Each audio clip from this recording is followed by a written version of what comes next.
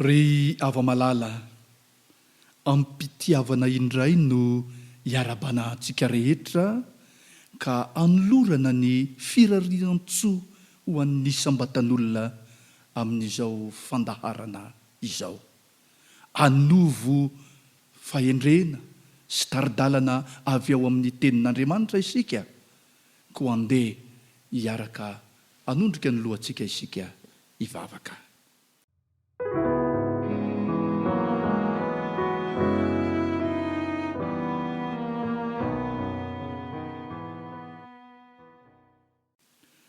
Andriamanitra ray malalo, ankehitriny dia mbola misaotra anao zahay, satria omenao fotoana azahoana mianatra eo an-tongotrao. Mitalao aminao ary ny anirahanao ny fanahinao masina anazava sainanay sy taridalana anay, azahoanay ny harena sarobidy raiketin'ny teninao. Misaotra Kristy eo fatononona noho ny amin'ny anaranao ny vavaka. Amen.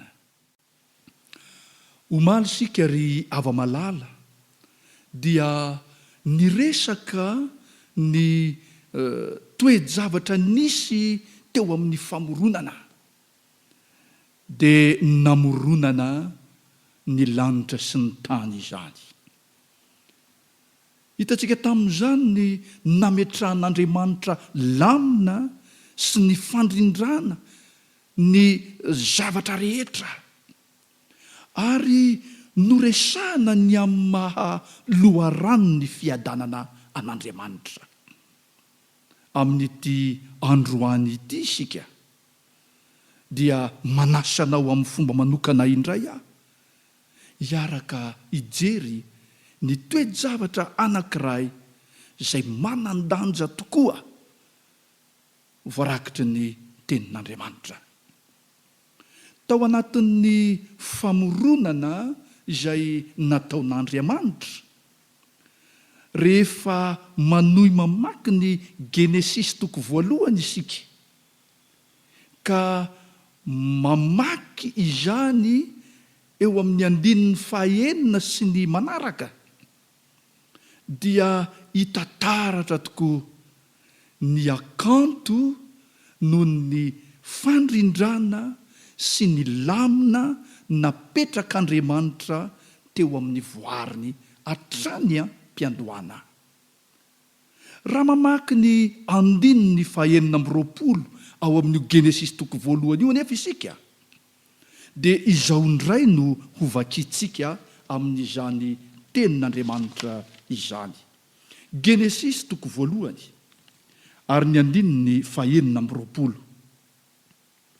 Ary Andriamanitra nanao hoe, andeha isika amorona olona tahaka ny endritsika, araka ny tarehintsika, ary aoka izy hanjaka, aoka izy hanjaka ao amin'ny ranomasina sy ny voromanidina sy ny biby fiompy sy ny tany rehetra. Aoka izy hanjaka amin'ny tany rehetra. Eo amin'ny andininy fahafito amby roapolo dia izao no ambarany, ary Andriamanitra nahary ny olona tahaka ny endriny. Andriamanitra nahary ny olona tahaka ny endriny, tahaka ny endrik'Andriamanitra namoronany azy. Ry ava-malala, vaovao mahafaly manao ahoana re no andrenesana indray amin'ity fanambarana ity anio, fa izao sy ianao dia noharian'Andriamanitra araka ny endriny. Tahaka ny endrik'Andriamanitra no nahariana antsika, tahaka ny endrik'Andriamanitra no nanaovana asy ianao. Vaovao mahafaly tokoa izany ry havana, filazana tsara izany, izany hoe filazana tsara mihitsy, ary raha hitarina aza ny filazana, raha hanao filazana mihitatra izany dia izao filazana tsara ao anatin'ny bokin'ny Genesis. Mba azonao eritreretina ve zany? Azonao sary an-tsaina ve zany? Filazantsara ao anatin'ny bokin'ny Genesisy. Tsapako sy tsapanao ve ry hava-malala?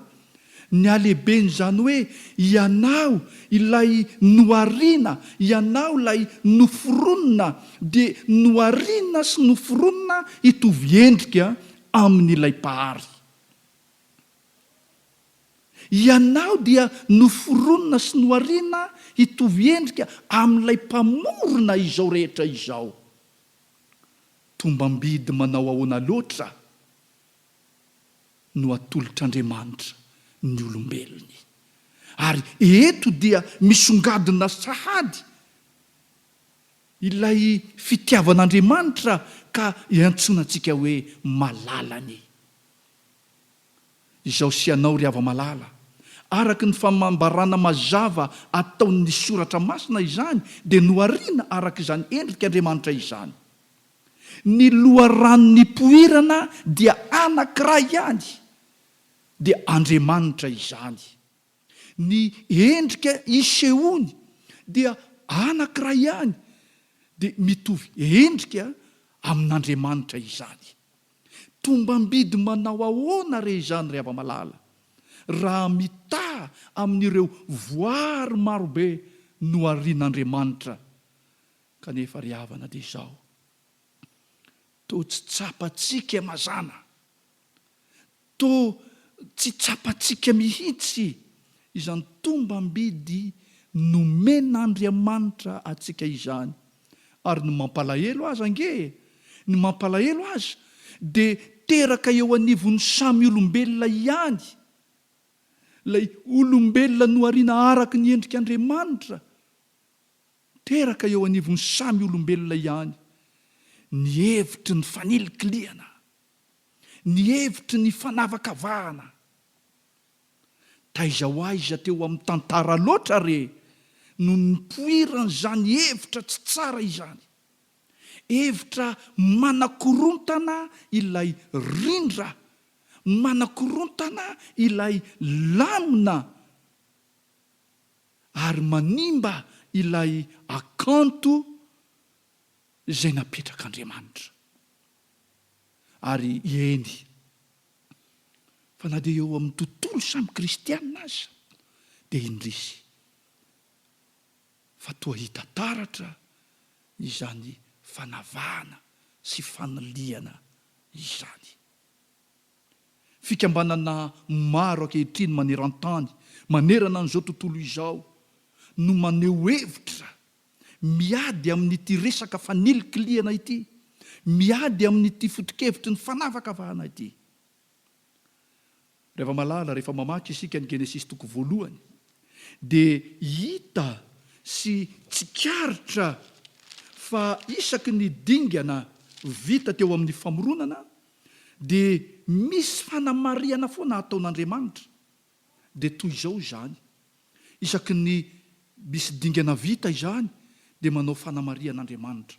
Tsara izany, tsara izany. Dia izao ny teny entiny ilazana izany. Hitan'Andriamanitra fa tsara izany. Hitan'Andriamanitra mihitsy ny hatsarany zavatra nataony. Hatrany hatrany zany, isaky ny dingana vita dia tsara izany.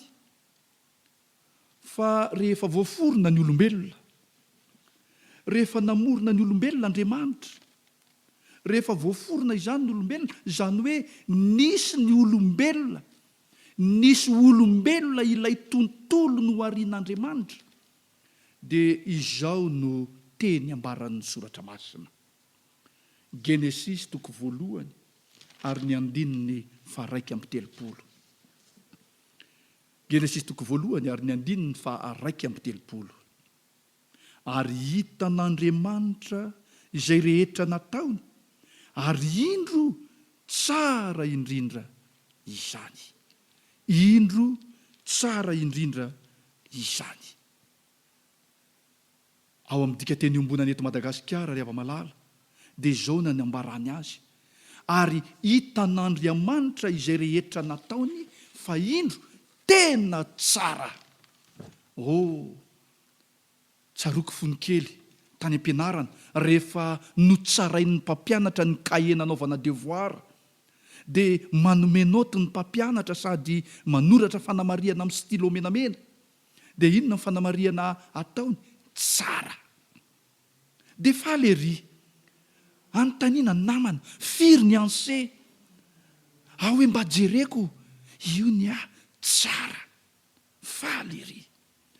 Fa rehefa miavaka ny devoir natao, marina, milamina, madio, mirindra, dia misy hafaliana miavaka mihitsy ny ao anaty ao rehefa mahazo hoe tena tsara.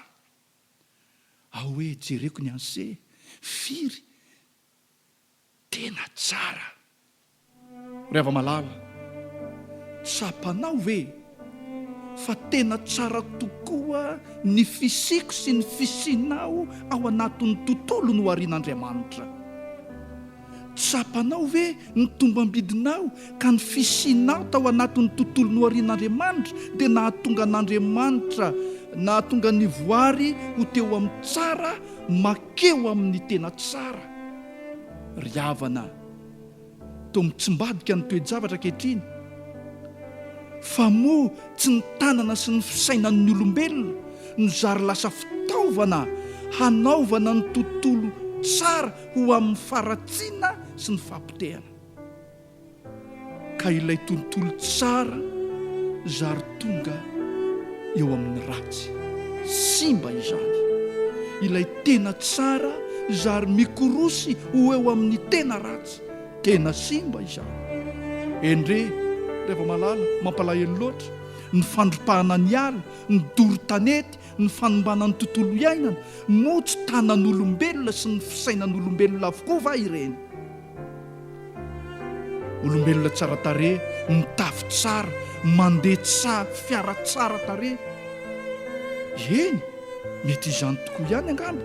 No indro tazanao tampotampoka eo manipy fako eny an-dalambe, moa tsy fanimbana sy famotehana ny tontolo iainana va ireny? Ny olombelona no harian'Andriamanitra araka ny endriny, tena tsara, no indro fa mikosoka ny voninahitr'Andriamanitra asalotra azy ireo amin'ny fitondran-tena mamoa fady. Tsarovy ry hava-malala, fa fiaikanan'Andriamanitra, fiatsiana an'Andriamanitra ilay namorona ho tena tsara izany fihetsika tsy tsara ataontsika izany. Tsarovy mandrakariva, satria no harian'Andriamanitra hanana tombam-bidy izao sy anao. Dia tsarovy mandrakariva fa nametrahan'Andriamanitra andraikitra lehibe, andraikitra sarobidy, andraikitra manana ny lanjany manokana. Dia tsy inona izany fa izay voambara ao amin'ny Genesis 4 ka ny 15. Ny Genesis 4 ka ny 15 izay milaza sy manambara tahaka izao hoe: ary Jehovah Andriamanitra nitondra Lehilahy ka namponina azy tao amin'ny saha Edena hiasa sy hitandrina. Adidy lehibe napetrak'Andriamanitra amintsika no hitandrina sy hiasa, hanjaka. Ary Andriamanitra nahary ny olona tahaka ny endriny, tahaka ny endrik'Andriamanitra nariny azy. Ary tsarovy fa adidy sy andraikitra napetrak'Andriamanitra aminao ny asa sy hitandrina, hikolo sy hikajy ny tontolo iainana, ny tontolo manodidina antsika, hitantsika rehetra ny Jehova. Amen. Andeha hivavaka isika.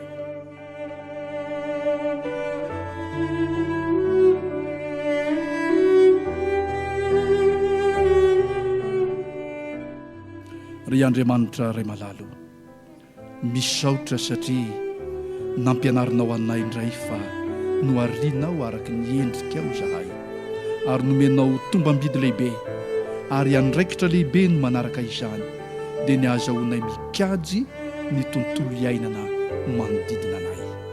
Mampianara anay Tompo, hankatoa sy hanome voninahitra anao. misaotra Kristy io. Amen.